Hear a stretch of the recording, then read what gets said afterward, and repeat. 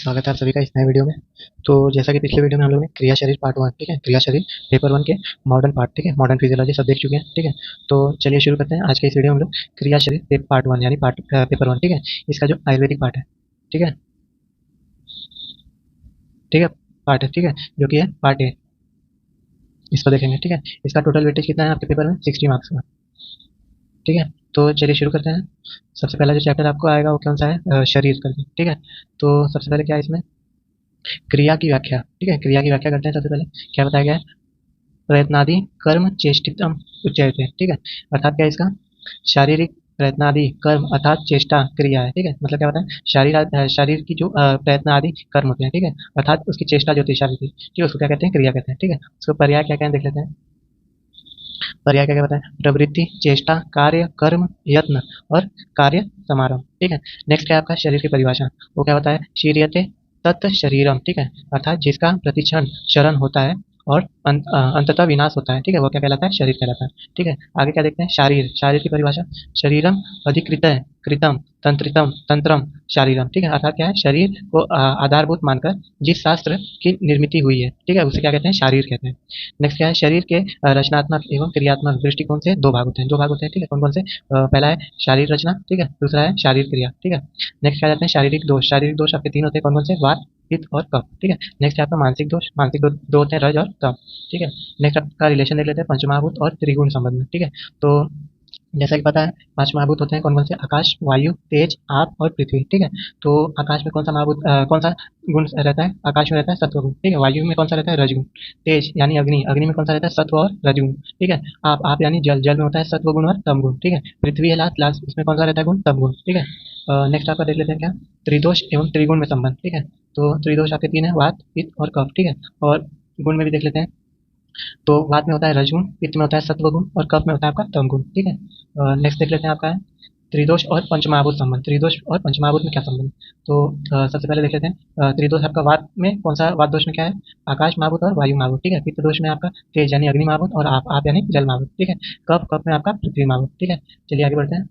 आगे आपका second chapter बताया गया जो कि आयुर्वेद के मूलभूत सिद्धांत ठीक है। तो सबसे प्रथम कौन सा है, दोष धातु मलमूलम सिद्धांत ठीक है। कौन सा है, दोष धातु मलमूलम सिद्धांत।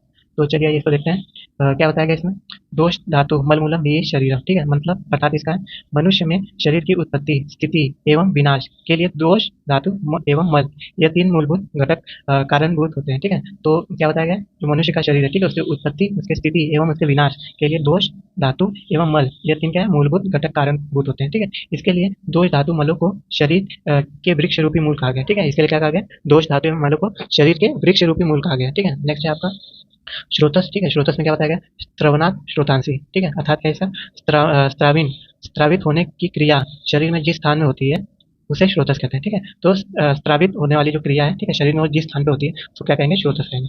स्रोतस में आकाशीय भाव रहता है ठीक है, स्रोतस में क्या रहता है, आकाशीय भाव रहता है ठीक है।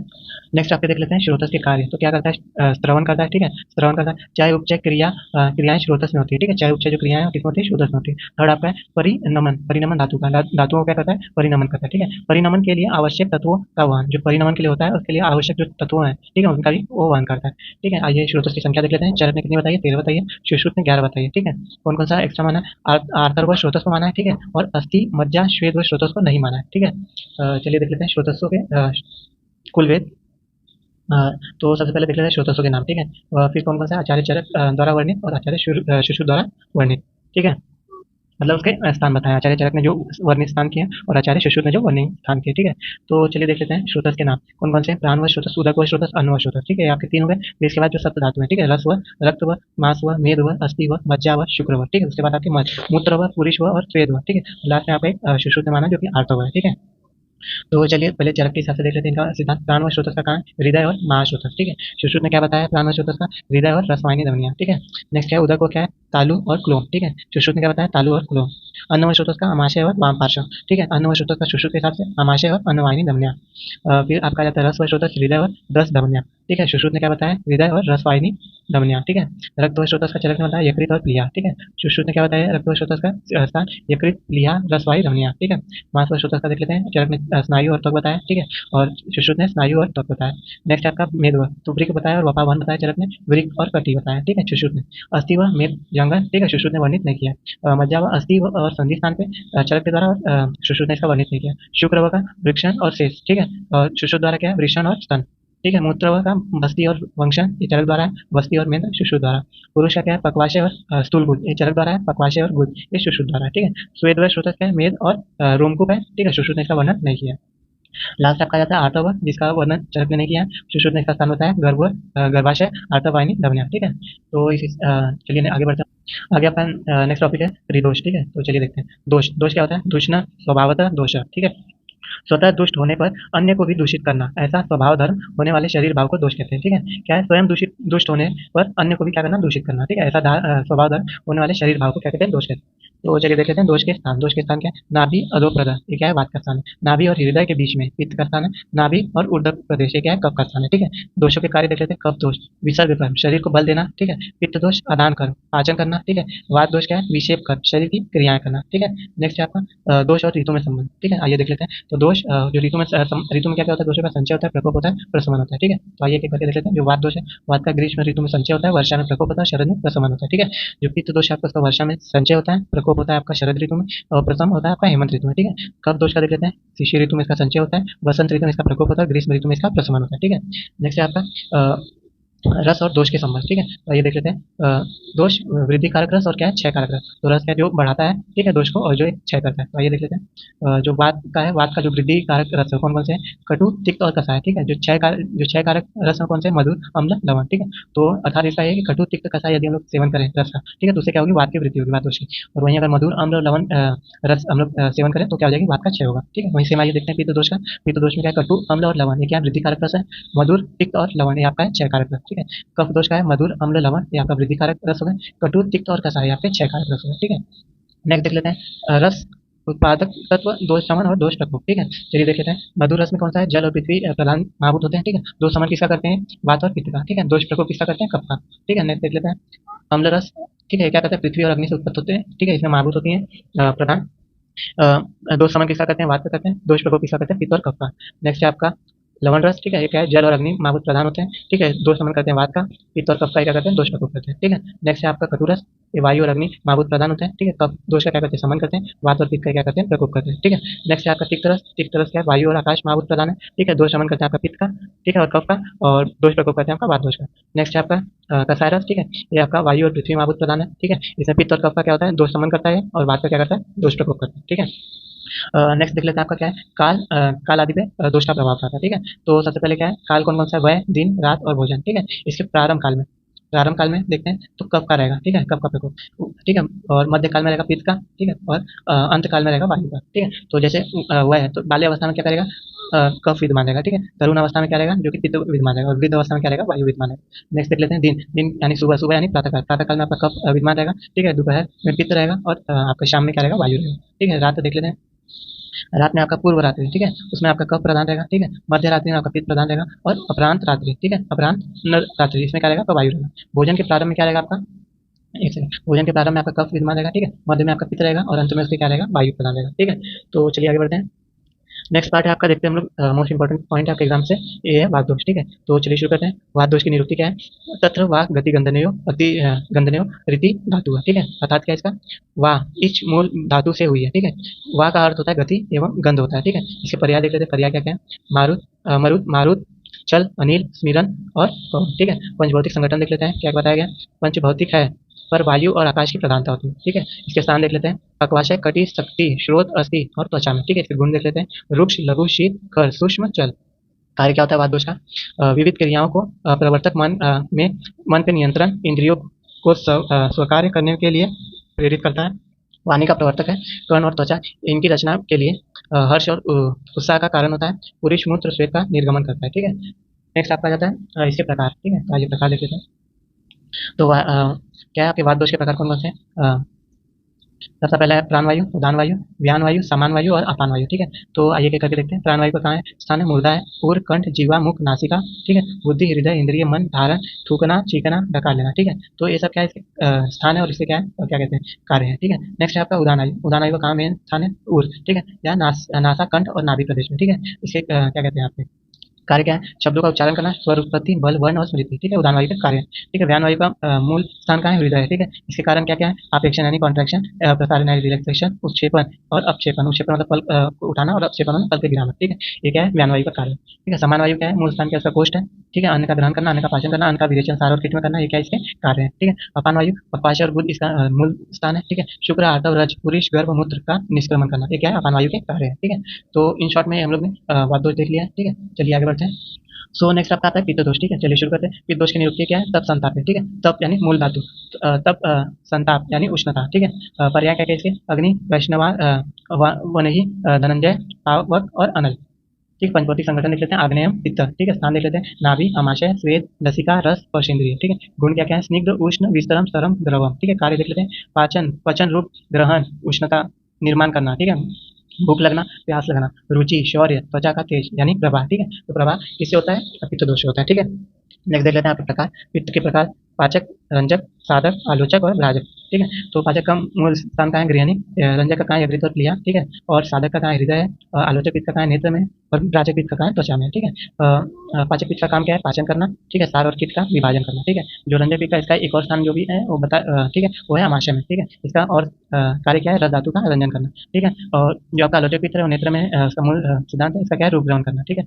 और जो आपका राजक है वो त्वचा में स्थान है उसका क्या है? वर्ण प्रकाशन करना, ठीक है? नेक्स्ट आपका इंपॉर्टेंट टॉपिक आता है जो कि अग्नि, पित्त, साम्य और वेद। तो सुश्रुत के हिसाब से अग्नि और पित्त एक ही है, ठीक है? अग्नि के गुण का पित्त क्षीण होने पर तीक्ष्ण, उष्ण आदि अग्नि समान द्रव्यों का उपयोग करने पर पित्त की वृद्धि होती है, ठीक है? अग्नि का क्षय होने पर पित्त के गुण भी कम होते हैं। दलहन ने क्या होता है? अग्नि और पित्त भिन्न है। अग्नि शुष्क, रुक्ष और ऊर्ध्वमार्गी। पित्त क्या है? द्रव्य, स्निग्ध और अधोगामी, ठीक है? तो इस तरह से मतलब जो पित्त दोष है, ठीक है? इसका एक शॉर्ट रिवीजन हो गया। नेक्स्ट आप बढ़ते। सो नेक्स्ट जो टॉपिक आता है आपका कफ दोष है, ठीक है? चलिए शुरू करते हैं, इसको भी देख लेते हैं। सबसे पहले क्या आपका निरुक्ति है? क्या इसमें लिखा है? श्लेष आलिंगन है, ठीक है? श्लेष आलिंगन है, तेन श्लेष में थे, ठीक है? श्लेष मूल धातु, अर्थ है क्या है? आलिंगन देना, ठीक है? या चिपकना। और यहाँ देख लेते हैं क्या है कफ के? श्लेष्मा, बल और सौम्य, ठीक है? नेक्स्ट क्या है? पंचभौतिक संगठन, जल और पृथ्वी प्रधान। स्थान क्या है कफ दोष के? उर, कंठ, सिर, ठीक है? क्लोम, संधि, अमाशय, रस, मेद, घ्राण और जीवा, ठीक है? गुण देख लेते हैं। स्निग्ध, शीत, गुरु, मंद, लक्षण, मृत्सन, स्थिर और मृदु। कार्य देख लेते हैं। संधि को बांध कर रखना, ठीक है? रखता है। स्नेहन, स्थिरता और गौरवता प्रदान करता है, ठीक है? नेक्स्ट आपका देख लेते हैं कफ के प्रकार क्या है? अवलंबक, क्लेदक, बोधक, तर्पक और श्लेषक, ठीक है? इसके स्थान देख लेते हैं। अवलंबक का क्या है? उर प्रदेश, क्लेदक का क्या है? आमाशय, बोधक का है रसना, ठीक है? और तर्पक का आपका सिर, संधि, श्लेषक का आपका संधि, ठीक है? जो क्लेदक कफ है उसका कार्य क्या होता है? अन्न का क्लेदन करना, ठीक है? जो बोधक कफ है उसका कार्य क्या है? रस का ज्ञान कराता है, ठीक है? जो तर्पक कफ है उसका क्या कार्य है? इंद्रियों का तर्पण करता है, ठीक है? जो श्लेषक कफ है उसका कार्य क्या है? संधियों बिना रुकावट कार्य करती है, ठीक है? नेक्स्ट देख लेते हैं आपका क्या है? दोष के क्षय और वृद्धि के लक्षण, ठीक है? तो सबसे प्रथम क्या देख लेते हैं? सबसे प्रथम आपका वात की वृद्धि। वात की वृद्धि होता है तो क्या क्या होता है? कृष्णता होता है, कृष्ण वर्णीय होना, ठीक है? उष्ण पदार्थ खाने की इच्छा होना, कापना, मल अवस्टम्भ, ठीक है? बल भ्रंश, निद्रा भ्रंश, ठीक है? इंद्रिया भ्रंश और प्रलाप, ठीक है? नेक्स्ट आपका क्या है? वात के क्षय यदि होंगे तो क्या क्या हो जाएगा? शरीर में ढीलापन, कम बोलना, चेष्टा कम होगी, इंद्रियों द्वारा ज्ञान प्राप्ति न होना, ठीक है? नेक्स्ट देख लेते हैं। नेक्स्ट आपका पित्त की वृद्धि। पित्त की वृद्धि में क्या क्या लक्षण दिखेंगे? पुरुष, मल मूत्र, नेत्र में पीलापन पड़ना, ठीक है? क्षुधा की वृद्धि, दाह, अल्प निद्रता, शीत पदार्थ सेवन, इच्छा, बल हानि, इंद्रिय दौर्बल्य, ठीक है? नेक्स्ट आपका देख लेते हैं क्या है? पित्त का क्षय। पित्त का क्षय होने से क्या लक्षण है? अग्नि मंद, शीतलता का अनुभव, ठीक है? त्वचा क्रांतिहीन होगी, ठीक है? नेक्स्ट आप देख लेते हैं क्या है? कफ की वृद्धि के लक्षण क्या क्या है? अग्निमंद, लाल स्राव, आलस्य, गौरवता, ठंडी लगती है, श्वास, खास, तंद्रा, अति निद्रता, ठीक है? ये सब लक्षण दिखाई देते हैं। कफ के क्षय का देख लेते हैं। तो इसमें क्या बताया गया? भ्रम, श्लेष्माशय, ठीक है? शून्यत्व, हृदय की धड़कन बदलती है, ठीक है? बढ़ती है, और संधि में शिथिलता आती है, ठीक है? तो ये सब क्या है? कफ क्षय के लक्षण है। तो आपकी स्क्रीन पर दिख रहा है दोष के क्षय और वृद्धि के सारे लक्षण है, ठीक है? चलिए आगे बढ़ते हैं। सो नेक्स्ट जो आपका इंपॉर्टेंट टॉपिक आता है वो है आपका क्रिया का, ठीक है? तो चलिए देखते हैं क्रिया। क्रिया का अर्थ क्या है? इस शब्द को चिकित्सा की दृष्टि से अर्थात विषम अवस्था में होने वाले दोषों को साम्य अवस्था में लाने के अनुशक से प्रयोग किया गया, ठीक है? काल, व्याधि की विभिन्न अवस्थाएं, ठीक है? तो संचय, प्रकोप, प्रसर, स्थान संचय, व्यक्ति और वेद, ठीक है? ये आपके क्रियाकाल के 6 वेद, ठीक है? तो आइए एक एक करके देख लेते हैं। सबसे पहले क्या है? संचय। बड़े हुए दोष अपने स्वस्थान से में संचित होने लगते हैं, ठीक है? वात संचय के कारण स्तब्धपूर्ण कोष्ठता यह लक्षण है।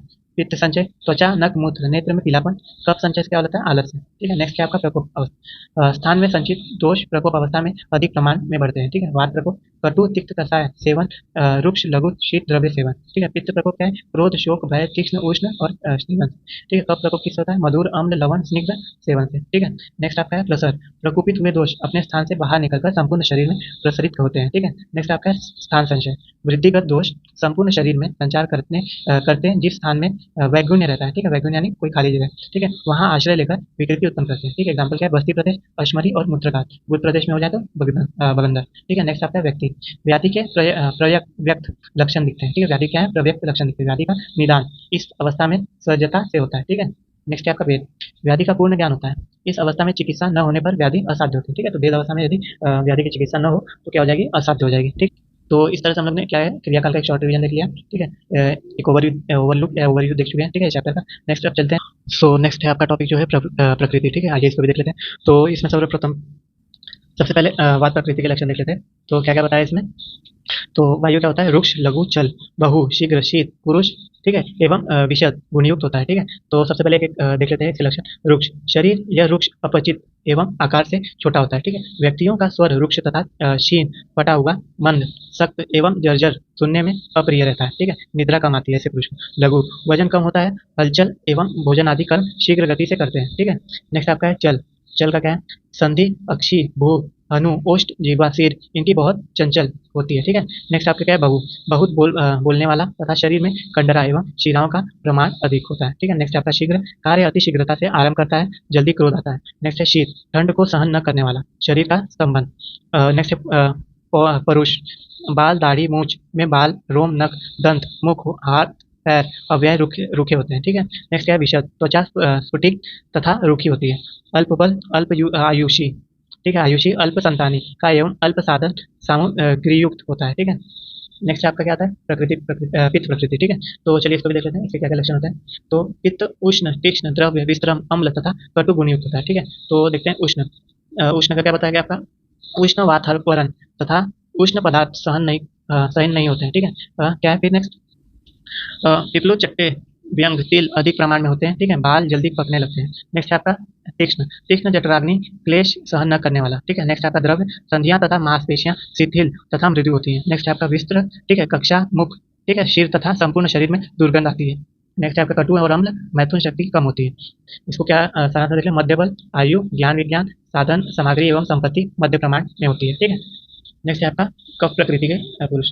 तो क्या क्या बताया गया? स्निग्ध, त्वचा, नेत्र, हस्तपाद इनमें स्निग्धता एवं मृदुता दिखाई देती है। नेक्स्ट आपका लक्षण, शरीरंग चिकने एवं सौम्य होते हैं। ठीक है, नेक्स्ट आपका मृदु, व्यक्ति सुंदर और गौरववर्णीय होता है। ठीक है, नेक्स्ट आपका मधुर, अधिक मैथुन, सामर्थ्य वाले तथा बहुसंतान वाले होते हैं। ठीक है, नेक्स्ट आपका सारवान, सहन तथा स्थिर शरीर वाले होते हैं। ठीक है, नेक्स्ट आपका सांद्र, अव्यय, परिपूर्ण होते हैं। नेक्स्ट आपका सदैमित्य, अत्यंत मंद गति से कार्य करते हैं। नेक्स्ट आपका शीत, भूख और प्यास कम लगती है। नेक्स्ट आपका पिछल गुण, संधियां बहुयुक्त, मजबूत एवं मजबूत संधियां बंधन वाली होती है। ठीक है, नेक्स्ट आपका अर्च, व्यक्ति दिखने में आकर्षण, प्रसन्न चेहरे वाले, स्निग्ध एवं प्रसन्न वर्ण तथा मधुर एवं प्रसन्न स्वर वाले होते हैं। ठीक है, क्या बताया गया? क प्रकृति के व्यक्ति बलवान, ऐश्वर्य संपन्न, ओजस्वी, शांत तथा दीर्घायु के होते हैं। ठीक है, तो इस तरह से हम लोग ने तीनों प्रकृति देखी है, जो कि वात प्रकृति, पित्त प्रकृति और कफ प्रकृति पुरुष के लक्षण देखे हैं। ठीक है, तो चलिए नेक्स्ट आपका आता है आहार। ठीक है, नेक्स्ट टॉपिक आपका आता है आहार। आहार का सबसे पहले प्रथम देख लेते हैं आहार के वर्गीकरण। सबसे पहला क्या है? स्वरूप भेद से। ठीक है, कौन कौन से हैं? सइंद्रिय और निरेंद्रिय। ठीक है, उत्पत्ति भेद से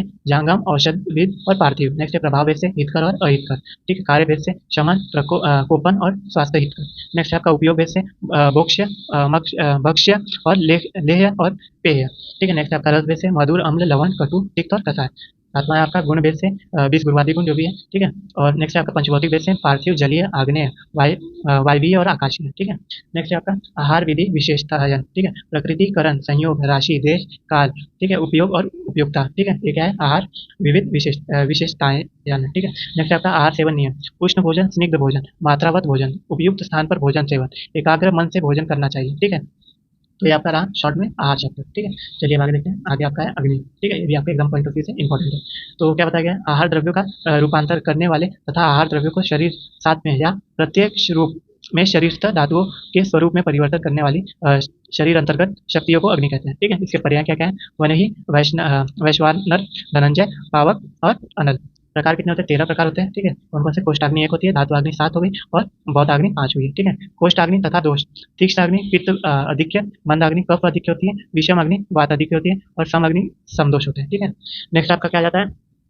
आहार पाक, आहार परिणाम कर भाव। कौन कौन से? उष्ण, वायु, क्लेद, स्नेह, काल तथा संयोग, ठीक है। अवस्था पाक: आहार द्रव्यों का यह रसांतर अन्न पाचन की विविध अवस्थाओं में होने वाले कारण से इसे अवस्था पाक कहते हैं, ठीक है। तो सबसे पहला कौन सा है?